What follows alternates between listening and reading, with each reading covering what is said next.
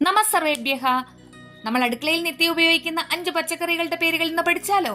സംസ്കൃതത്തിൽ ശാകാനി, അതായത് പച്ചക്കറികൾ അഥവാ വെജിറ്റബിൾസ്. ഒന്നാമത്തെ വാക്ക് രക്തഫലം, തക്കാളി, ടൊമാറ്റോ, രക്തഫലം. രണ്ടാമത്തെ വാക്ക് ഗൃഞ്ജനകം, ക്യാരറ്റ്, ഗൃഞ്ജനകം. മൂന്നാമത്തെ വാക്ക് ആർദ്രകം, ഇഞ്ചി, അതായത് ജിഞ്ചർ, ആർദ്രകം.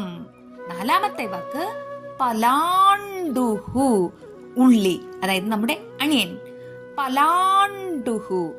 അഞ്ചാമത്തെ വാക്കാണ് മരീചിക, മുളക്, അതായത് നമ്മുടെ ചില്ലി, മരീചിക. ഈ 5 വാക്കുകൾ നിങ്ങൾക്ക് ഇഷ്ടപ്പെട്ടുവെങ്കിൽ ഉടൻ തന്നെ സബ്സ്ക്രൈബ് ചെയ്യൂ, ഷെയർ ചെയ്യാനും മറക്കേണ്ട. വീണ്ടും കാണാം. പുനർമിലാമഹ. ധന്യവാദः.